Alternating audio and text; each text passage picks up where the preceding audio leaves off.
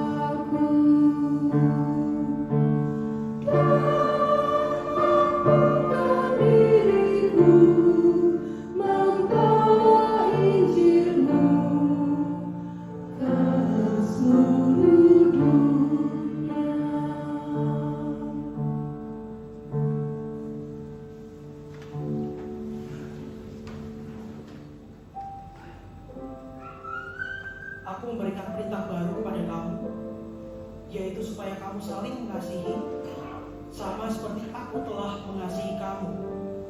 Demikian pula kamu harus saling mengasihi.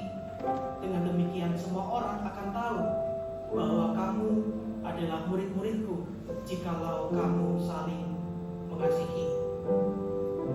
Saudara-saudara, kita mendengar kebenaran firman Tuhan. Kita mengetahui apa yang Yesus telah teladankan. Kita juga memahami bahwa kita harus meneruskan kasih-Nya. Lalu, apakah kita bersedia untuk melakukannya dalam keseharian kita?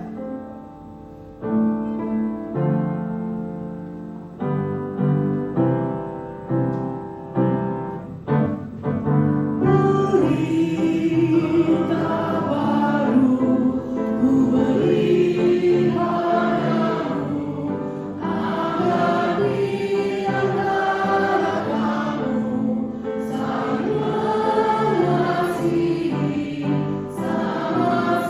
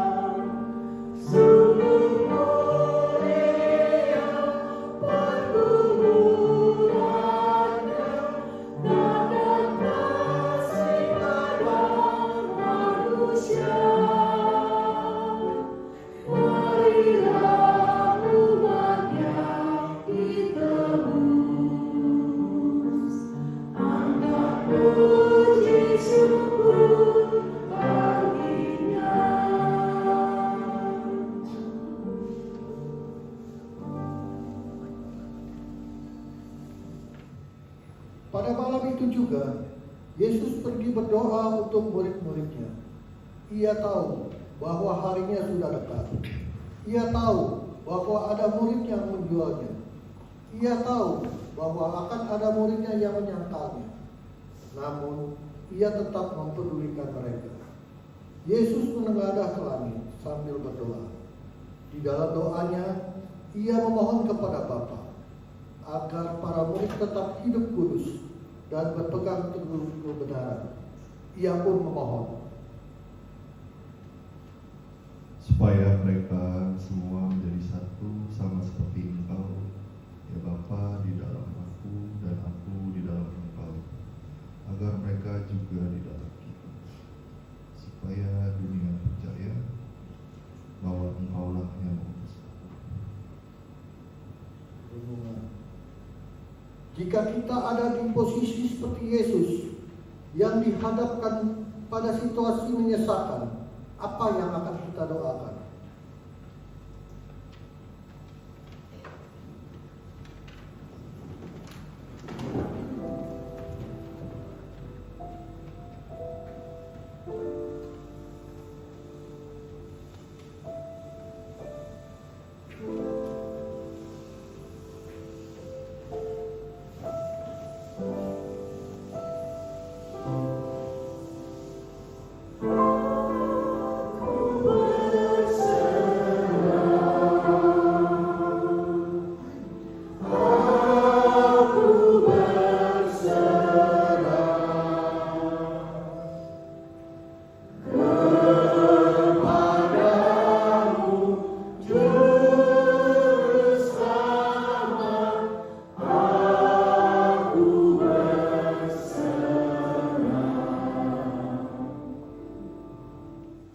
Lalu datanglah Yudas bersama pasukan prajurit dan penjaga-penjaga bait Allah. Yesus bertanya, Siapakah yang kamu cari?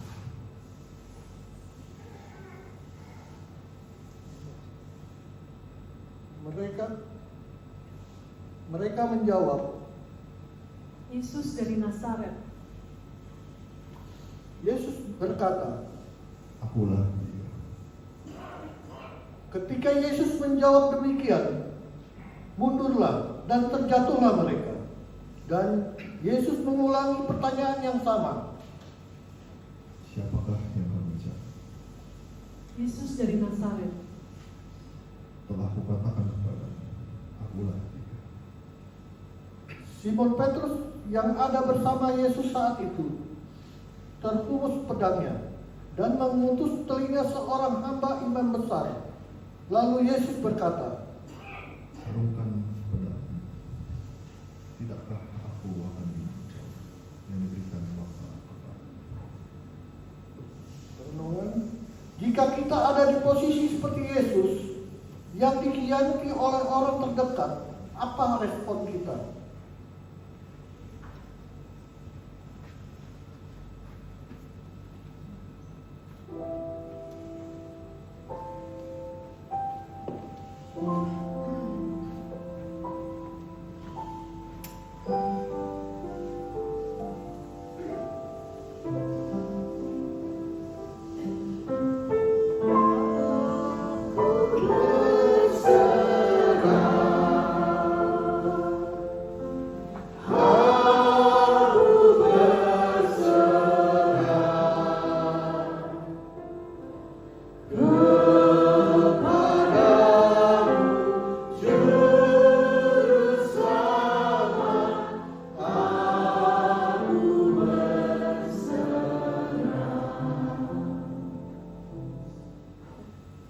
Mereka yang bersama Yudas tak hanya menangkap Yesus, mereka juga membelenggunya. Ia dibawa kepada Hanas. Ia ditanyai tentang murid-muridnya dan ajarannya. Ketika Yesus menjawabnya, seorang penjaga menampar mukanya dan berkata, Begitukah jawabmu kepada imam besar? lalu Hanas mengirim dia dalam keadaan terbelenggu kepada Kayafas yang adalah imam besar. Kayafas jugalah yang telah menasihati para pemuka Yahudi. lebih baik, lebih berguna jika satu orang mati untuk seluruh bangsa. Jika kita ada di posisi seperti Yesus yang tersudut karena kebenaran, apa yang akan kita lakukan?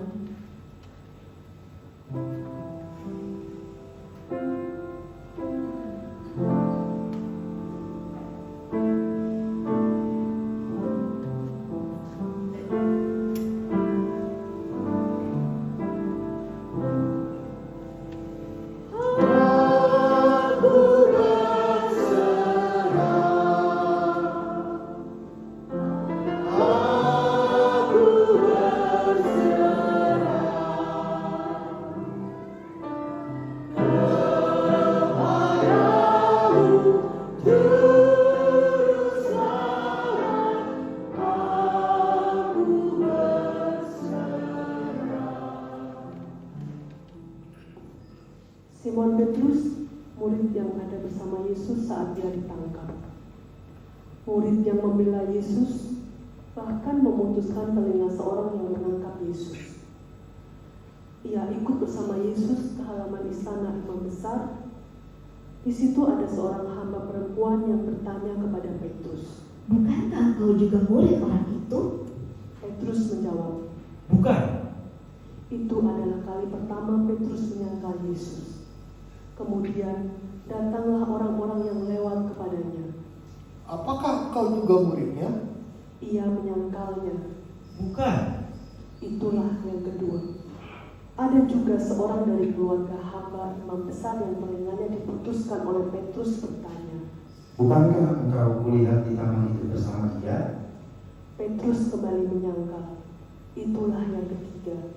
Dan seketika itu juga berkokoklah ayam.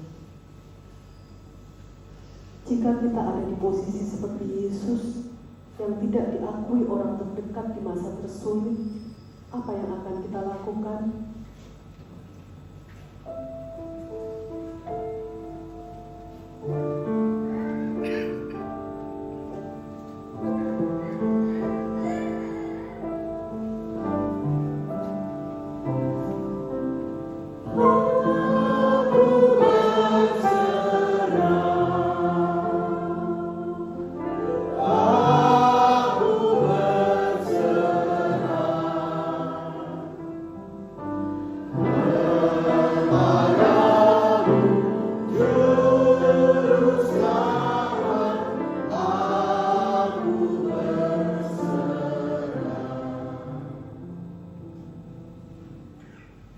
Yesus dibawa ke istana gubernur.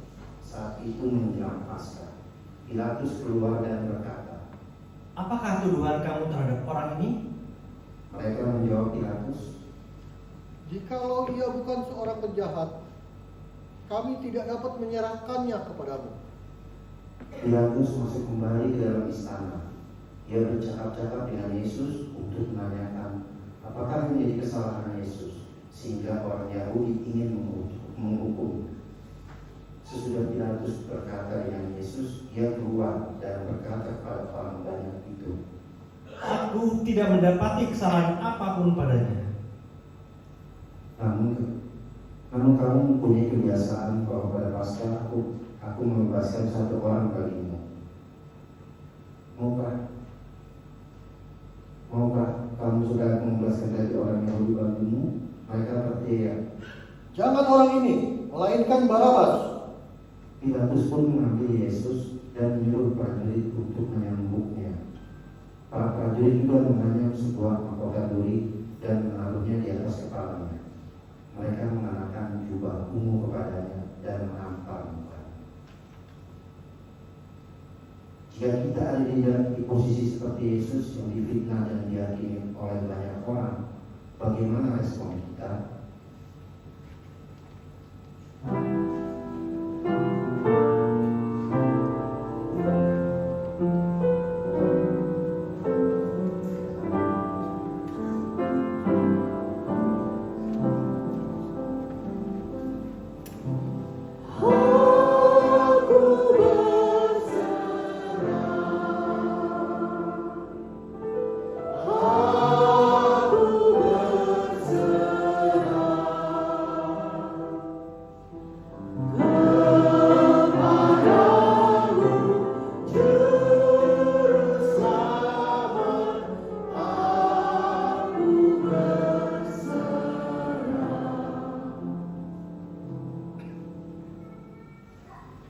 Akhirnya Pilatus menyerahkan Yesus kepada mereka untuk disalibkan.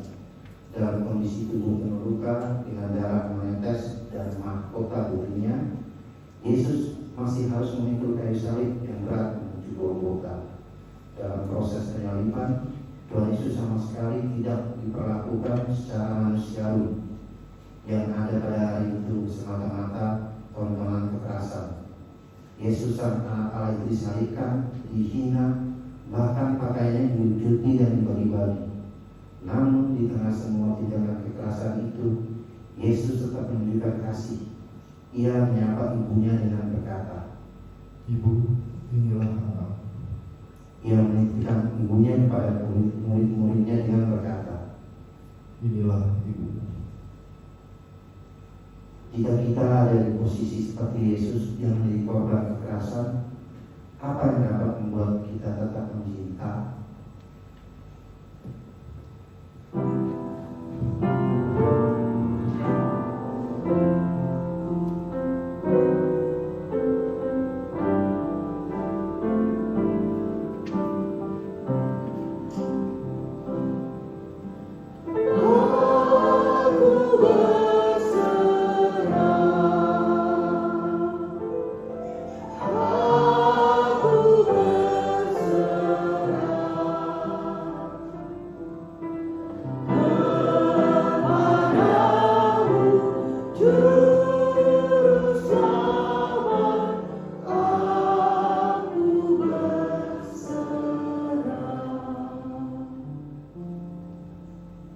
Yesus wafat.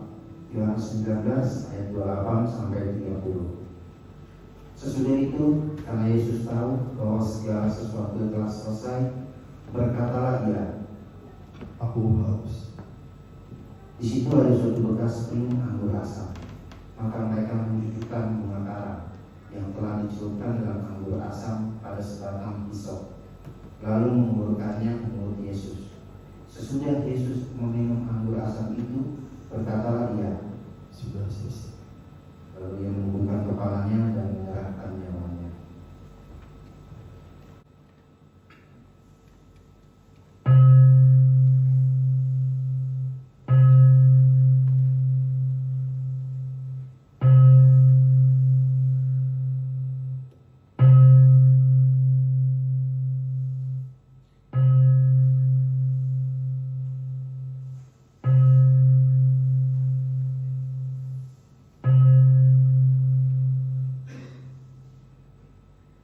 Sekalipun kegelapan semakin menyelimuti, yakinlah terang Kristus tetap menyinari.